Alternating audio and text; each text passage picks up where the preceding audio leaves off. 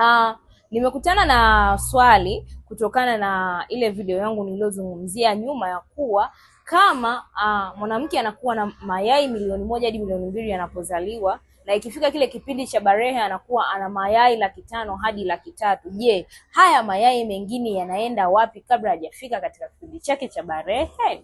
Jibu liko hivi: mwanamke akiwa bado hajafika kipindi chake cha barehe, mayai yanakuwa yanapotea yenyewe au yana dissolve yenyewe mwilini kupitia mekanizimu inayoitwa atresia. Hii ni hali ambayo ni mchakato wa asili unaotokea mwilini kwa mwanamke na kupelekea yale mayai yanafyonzwa mwilini kupitia njia hiyo na kwenda kufanya activity nyingine. Kwa hiyo mwanamke anazaliwa na mayai milioni 1 hadi milioni 2, lakini katika kipindi chake cha barehe anabaki tu na mayai 500,000 hadi 300,000. Na zaidi mwanamke anapokuwa amefika kuanzia miaka 35 na kuendelea juu, anakuwa amebaki na mayai takribani 25,000 tu, na wale ambao mayai yao yanakuwa ni machache kwa katika kipindi hicho, akija kufika miaka 50 anakuwa na mayai 1,000 tu. Ndio maana kuna wanawake ambao wana struggle sana kuweza kutafuta ujauzito, hawapati kwa sababu ubora wa mayai yao uko chini, lakini pia walikuwa na mayai machache. Kama wewe ni mwanamke ambaye unakutana na effect ya mayai au una changamoto yoyote katika mayai yako,